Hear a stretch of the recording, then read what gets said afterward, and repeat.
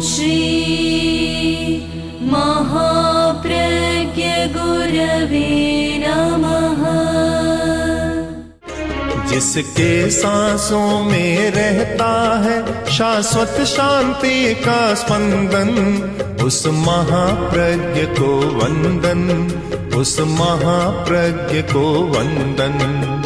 सत्य अहिंसा अनेकांत को अर्पित जिसका तन मन, उस महाप्रज्ञ को वंदन, उस महाप्रज्ञ को वंदन। जिसके सांसों में रहता है शाश्वत शांति का स्पंदन, उस महाप्रज्ञ को वंदन, उस महाप्रज्ञ को वंदन।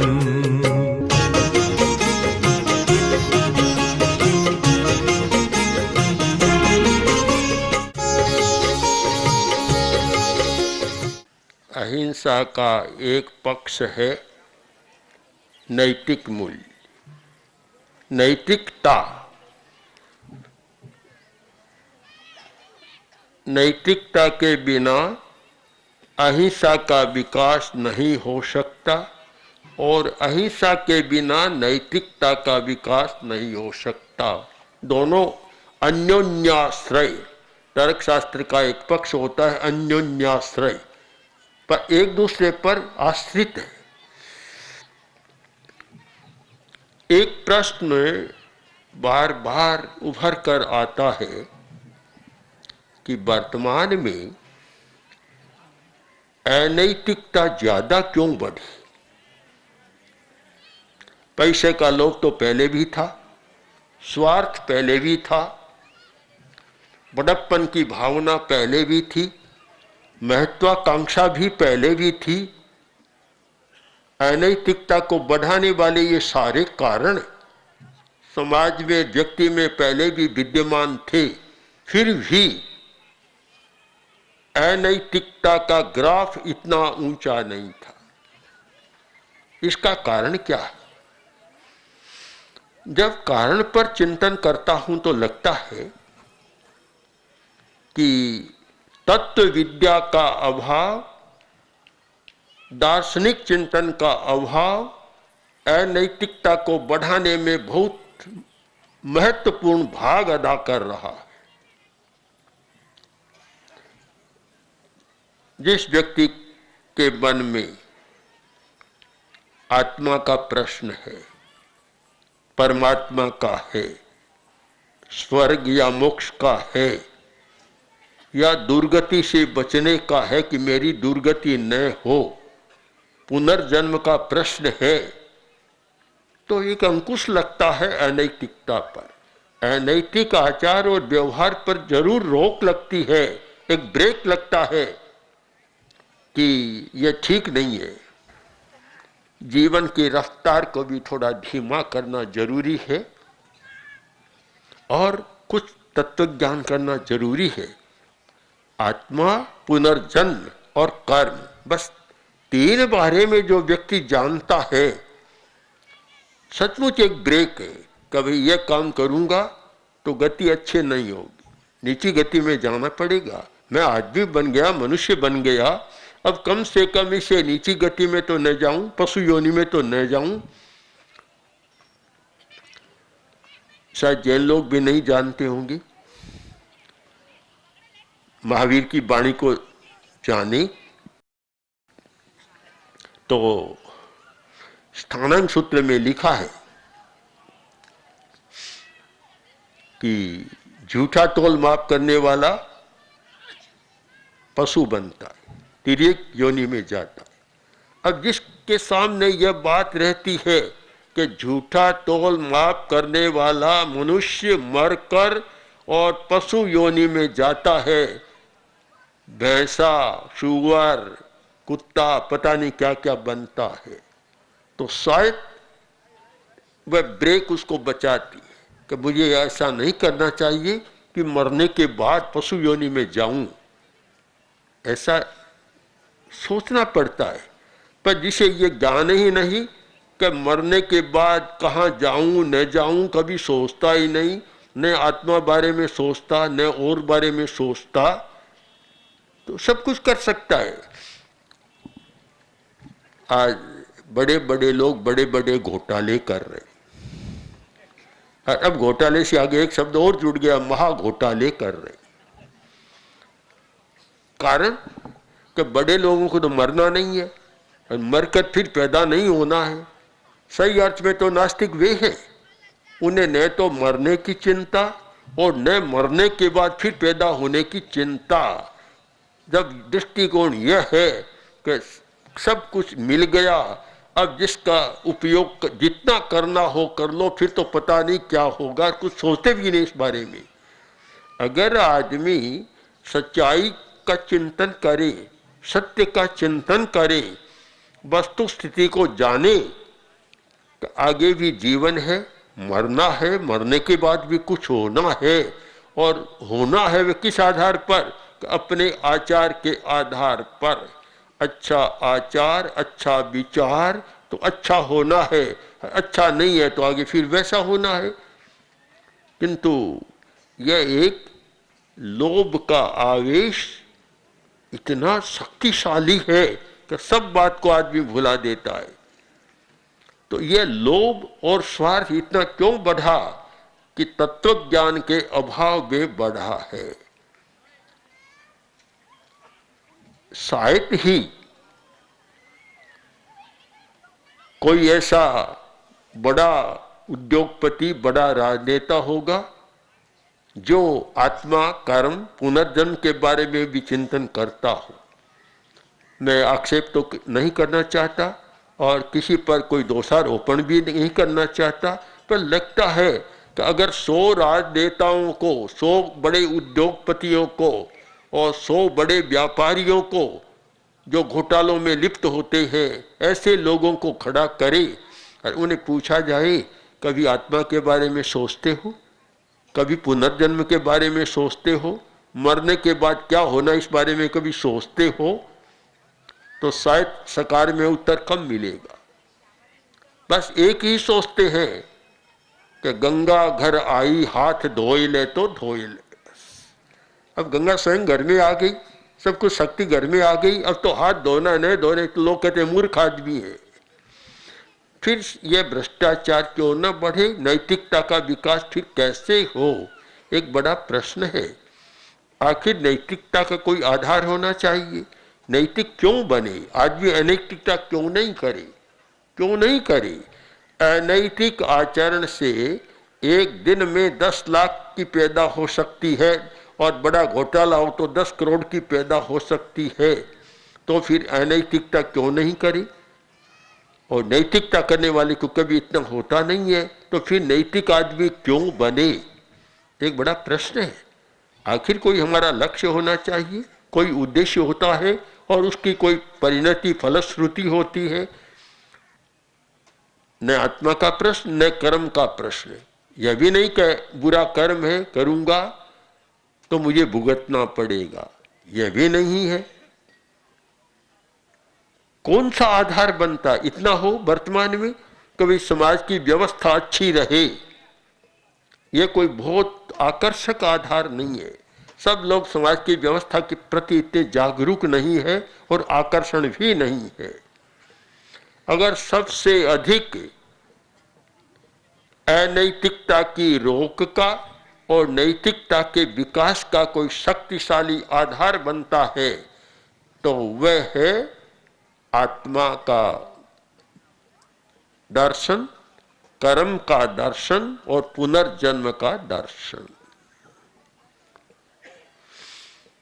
धार्मिक लोग भी आत्मा के बारे में बहुत कम चिंतन करते हैं, कर्म के बारे में बहुत कम चिंतन करते हैं और पुनर्जन्म के बारे में बहुत ज्ञान कम रखते हैं।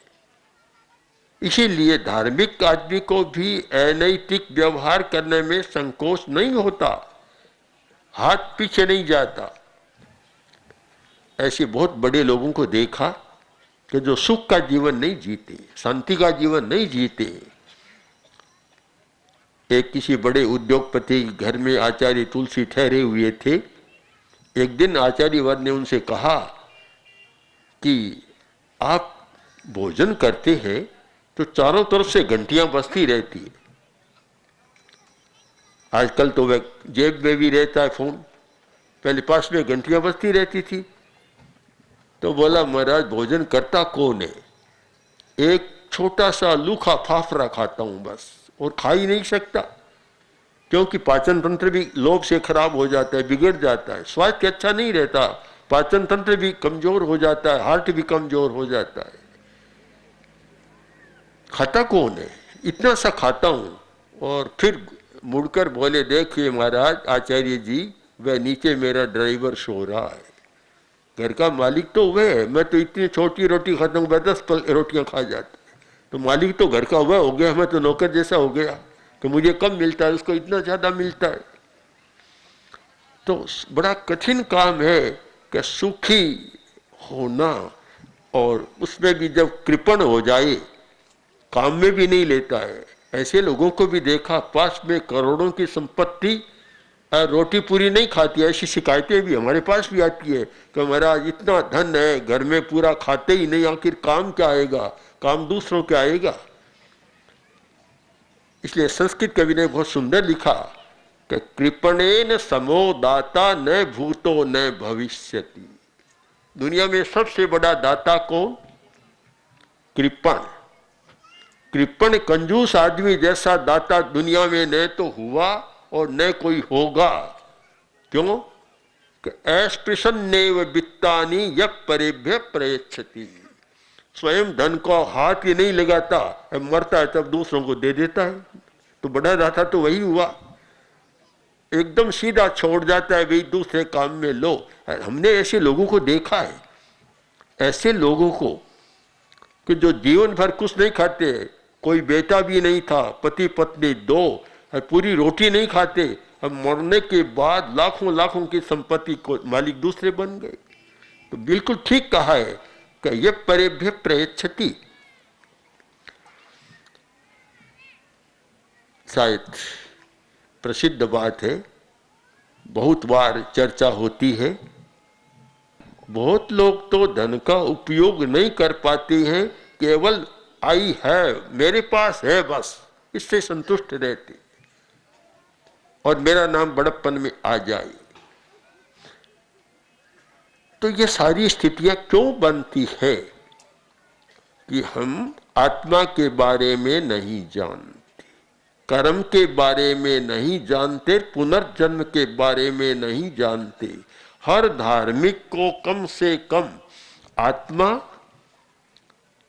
कर्म और पुनर्जन्म 3 बारे में तो जान लेना चाहिए। परमात्मा की बात तो अपने आप आएगी। परमात्मा की, बहुत लोग सीधे परमात्मा की बात करते हैं कि ईश्वर का साक्षात्कार, परमात्मा का, भगवान का साक्षात्कार। अरे पहले अपना साक्षात्कार करो, परमात्मा का तो बाद में होगा, पहले खुद का तो करो। खुद के बारे में भी नहीं जानते और परमात्मा के बारे में, भगवान के बारे में जानने की बात करते हैं। एक समय हम लोग प्रवचन के बाद जा रहे थे, 5-10 महिलाएं आई, बड़ी धार्मिक महिलाएं, भावुक और श्रद्धालु महिलाएं थी। आकर हमारे रास्ते पर आड़ी हो गई और बोली कि मुनि जी, बहुत पुरानी बात है, जब मैं नहीं, युवाचार्य जी, उस अवस्था की बात है कि युवाचार्य जी आज रात में आपने थर्ड आई पर प्रवचन किया, तीसरा नेत्र इस पर प्रवचन किया, हमारा ही वह तीसरा नेत्र खोल दो और सांवरिये का दर्शन करा दो। कहते कहते आंखों छल चला पड़ी, आंसू गिरने लगे, इतनी भावुक थी। मैंने बहनों से कहा कि पहले सांवरिये के दर्शन की बात छोड़ो, पहले तो इस शरीर की दर्शन की बात करो, अपने शरीर को देखो, इसे समझने का प्रयत्न करो। जब तक हमारे शरीर में छिपे रहस्यों को हम नहीं जानते, तब तक सांवरिया की, परमात्मा की, भगवान की बात छोड़ दो। पहले पहले खुद को तो देखो, भीतर में क्या है। प्रेक्षा ध्यान का जब प्रयोग कराया जाता है, सबसे पहले शरीर दर्शन की बात आती है कि शरीर की प्रेक्षा करो, देखो शरीर में क्या है। शरीर में इतनी शक्तियां भरी पड़ी है, इतना है कि अगर वे दरवाजे हम खोल दें तो फिर परमात्मा, आत्मा, सांवरिये की सारी बात आ जाती है। हम कुछ करते नहीं, सीधे वहां जाना चाहते। क्या ऐसा कभी हो सकता है कि दरवाजे में तो गया नहीं और सीधा भीतर के कमरे में चला जाए? संभव नहीं है। क्या ऐसा हो सकता है कि प्रथम कक्षा में तो बैठा नहीं, सीधा एमए का फॉर्म भर दिया? कैसे होगा? एक क्रम होना चाहिए। धार्मिक लोग भी क्रम नहीं करते हैं और ऐसा कोई क्रम जानते भी नहीं कि किस क्रम से आगे बढ़ना चाहिए। अगर आत्मा को जानना है, कर्म को जानना है, पुनर्जन्म को जानना है, तो सबसे पहले हमें शरीर को जानना जरूरी है। हम शरीर को जाने, हमारे शरीर में कितनी शक्तियां हैं। आत्मा कहाँ है? शरीर के भीतर है। चेतना कहाँ है? शरीर के भीतर है। हम ज्ञान किससे करते हैं? इस शरीर के माध्यम से करते हैं। हमारी इंद्रियां भी शरीर में है, मन भी शरीर में है, हमारी भावनाएं भी शरीर में है। सबका खजाना इस शरीर में भरा पड़ा है, पर हम कभी जानते नहीं। हाँ, जानते तो हैं कि शरीर साफ सुथरा है या नहीं, रंग हो रहा है, काला है, अच्छा लगता है, बुरा लगता है, चमड़ी कैसी है, इस रूप में तो शरीर को जानते। पर शरीर के भीतर सारा धर्म छिपा हुआ है, शरीर के भीतर सारा भगवत छिपा हुआ है, शरीर के भीतर सारा ज्ञान और शक्ति छिपी हुई है। इस बात को हम नहीं जानते। हमें सबसे पहले ये जानना है कि शरीर क्या है और इसके भीतर कौन है, मुझे कौन चला रहा है, मैं क्यों खा रहा हूं, क्यों खा रहा हूं। पुद्गल तो खाता नहीं, जड़ वस्तु तो खाती नहीं, मैं क्यों खाता हूं, मैं खाने वाला कौन है, मैं क्यों बोल रहा हूं, बोलने वाला कौन है, मैं क्यों सोच रहा हूं, सोचने वाले कौन है। ये सारी बातें समझना है तो शरीर के रहस्यों को समझना जरूरी है। आप सोचें कि हम प्रवचन सुनने आए, कोई धर्म की बात सुनने आए, दूसरे प्रकार का है। सच्चाई की कि सच्चाई को खोजो, सत्य को खोजो, स्वयं खोजो, केवल ढर्रे पर मत चलो, केवल लकीर पर मत चलो, खोजो। ऐसा हो गया आदमी कि लकीर पर बहुत चलता है। एक पिता भोजन के बाद रोज आले के पास जाता और थोड़ी देर खड़ा रहता। पिता तो मर गया, बेटा भी देखता। कभी पिता रोज भोजन के बाद जाते थे, उसने भी जाना शुरू कर दिया। एक दिन कुछ लोग मिले, मित्र मिले और कुछ घर के परिचित आदमी मिले और बोले, रे भोजन के बाद क्या करता है? क्या इस आले के पास जाता हूँ, क्योंकि मेरा पिता जाता था। एक परिचित आदमी ने कहा, मूर्ख आदमी, वह तो इसलिए जाता था कि दांत की सफाई करने के लिए सलाखा यहाँ पड़ी रहती थी, तो भोजन के बाद दांत साफ करता और वहाँ चला जाता।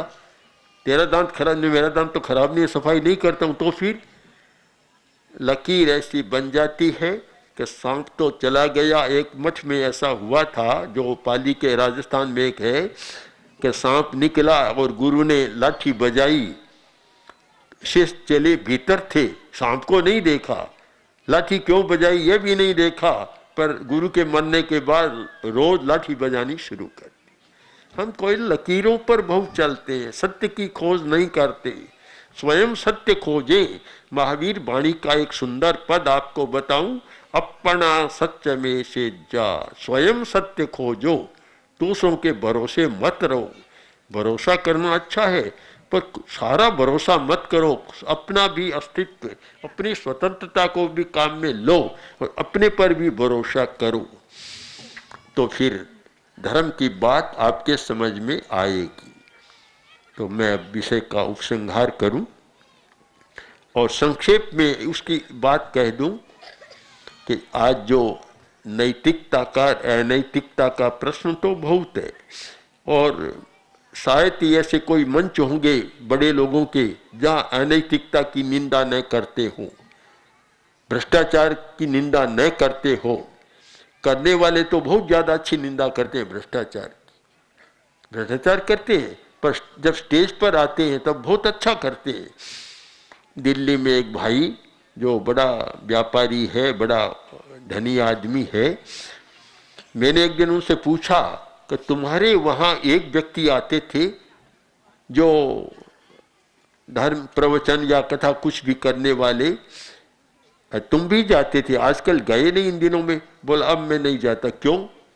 कि मुझे अनुभव हो गया कि व्यास पीठ पर बैठकर प्रवचन करना एक बात है, जीवन का व्यवहार बिल्कुल दूसरी बात है। ये अंतर क्यों आता है?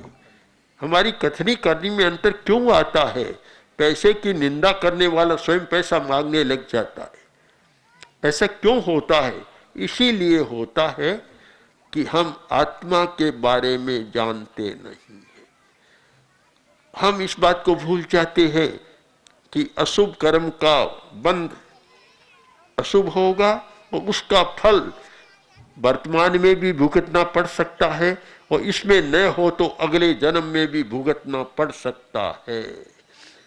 अगर इस सच्चाई को जाने कि अगर बुरा आचरण करूंगा उसका फल मुझे भुगतना पड़ेगा, भुगते बिना कोई छुटकारा नहीं है। नथी मोक्षो अभयता, वेदन के बिना उसका मोक्ष नहीं होगा, छुटकारा नहीं होगा। इस सच्चाई को अगर जानता हो अच्छी तरह तो अनैतिकता से बच सकता है। तो मैं तो इस बात पर बल देता हूँ, देना चाहता हूँ, और हमारी अनुव्रत के कार्यकर्ताओं को भी कहता हूँ कि पहले ये मत बताओ कि तुम हिंसा मत करो, पहले ये बताओ कि हिंसा करने का परिणाम क्या होता है, दर्शन को समझाओ। जब सम्यक दर्शन होगा तो फिर सम्यक आचार, सम्यक चारित्र का विकास होगा। उमा स्वाति ने कितना सुंदर कहा है तत्वार्थ सूत्र में कि सम्यक दर्शन ज्ञान चारित्राणि मोक्ष मार्गे। मोक्ष का मार्ग क्या है? सम्यक दर्शन, फिर सम्यक ज्ञान, और फिर सम्यक आचार चारित्र होगा। हम लोग क्या करते हैं? सम्यक दर्शन तो करते नहीं, सीधा सम्यक आचार करना चाहते। आज की सबसे बड़ी समस्या है यह, और इसीलिए अनैतिकता घट नहीं रही है, बढ़ रही है, क्योंकि हमारा दृष्टिकोण सही नहीं है। तो हमारी प्रक्रिया यह होनी चाहिए कि पहले सम्यक दर्शन, फिर सम्यक ज्ञान उसके साथ, और फिर होगा सम्यक चारित्र।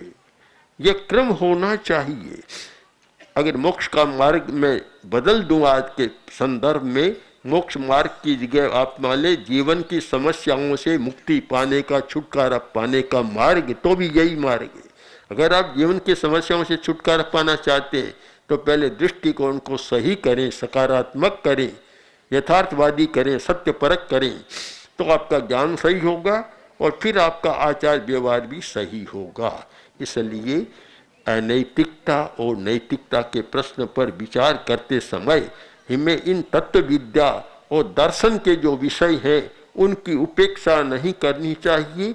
अगर उनकी उपेक्षा करते रहें तो कभी अनैतिकता का ह्रास नहीं होगा। इसलिए सबसे पहले हम दृष्टिकोण पर विचार करें और दृष्टिकोण को सही बनाएं और सम्यक दर्शन के प्रक्रिया के द्वारा अनैतिकता को कम करने का प्रयत्न करें, तो शायद हम ज्यादा सफल हो सकते हैं। ओम श्री महाप्रज्ञ गुरवे नमः। ओम श्री महाप्रज्ञ